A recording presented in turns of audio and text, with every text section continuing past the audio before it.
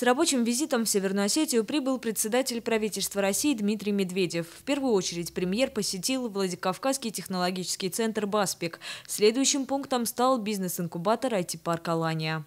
Единственный на Северном Кавказе IT-парк открылся в феврале этого года. Сейчас, спустя всего 4 месяца, здесь уже работает 24 компании. Всего около 200 человек.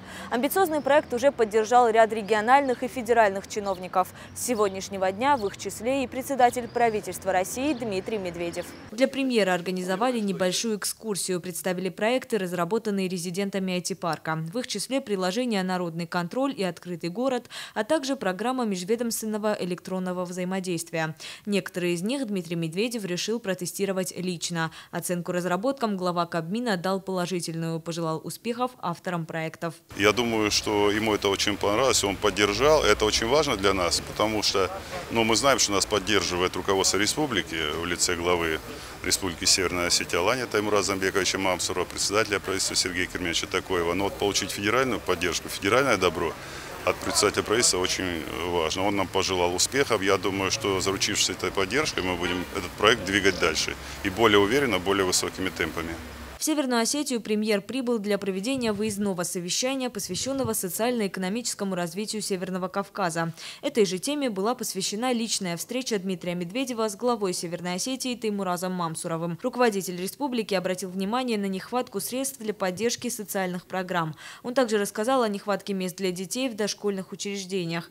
Мамсуров обозначил и проблему с долгом республиканского бюджета перед коммерческими банками. Сумма копилась в течение нескольких лет. Премьер-министр обещал выделить средства на возмещение всех коммерческих долгов. У нас социально перегружен бюджет большими обязательствами. Отсюда у нас есть закредитованность, но она объяснима, она не токсичная.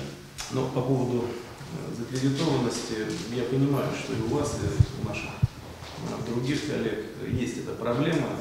2 раза я проводил совещание за последнее время. Деньги дополнительные кредитные придут для того, чтобы как минимум выйти из коммерческого кредитования. Не знаю, спасибо, это очень у вас есть бюджетное для того, чтобы это все было по силам региона, по силам республики.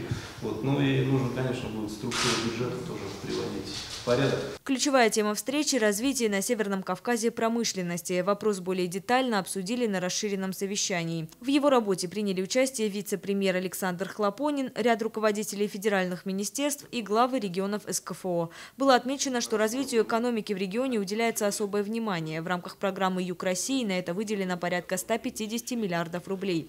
При этом в ближайшее время на Северном Кавказе появится ряд новых производств. В частности, в Осетии начнут производить картон из вторичного сырья. К слову, это одно из самых экологически безопасных предприятий. В Дагестане, например, начнут производить серную и азотную кислоту. В Осетии исторически было очень сильно военно-промышленный комплекс. И самая главная ценность, почему мы ставим так вопрос, это есть кадры. Потому что можно любое построить предприятие, но если нет системы образования, если нет традиций, то это невозможно сделать. Поэтому мы будем опираться на существующие предприятия. Ну и в докладе министерства было сказано, что и Росгидро, и нефтяные предприятия, и Россеть, и ФСК планируют в ближайшее время инвестировать в наши субъекты более 60 миллиардов рублей только по этим направлениям. Уже сейчас региональные власти должны оказывать всяческую поддержку инвесторам, которые готовы работать на местах. В частности, ввести льготный налоговый режим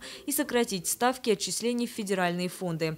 Необходимо развивать государственно-частное партнерство. Уже сейчас есть ряд предложений от бизнесменов, которые готовы создавать на Кавказе предприятия по производству мебели, упаковки и турбин. Однако и им требуется господдержка. Дмитрий Медведев отметил, расширение производств – это новые рабочие места.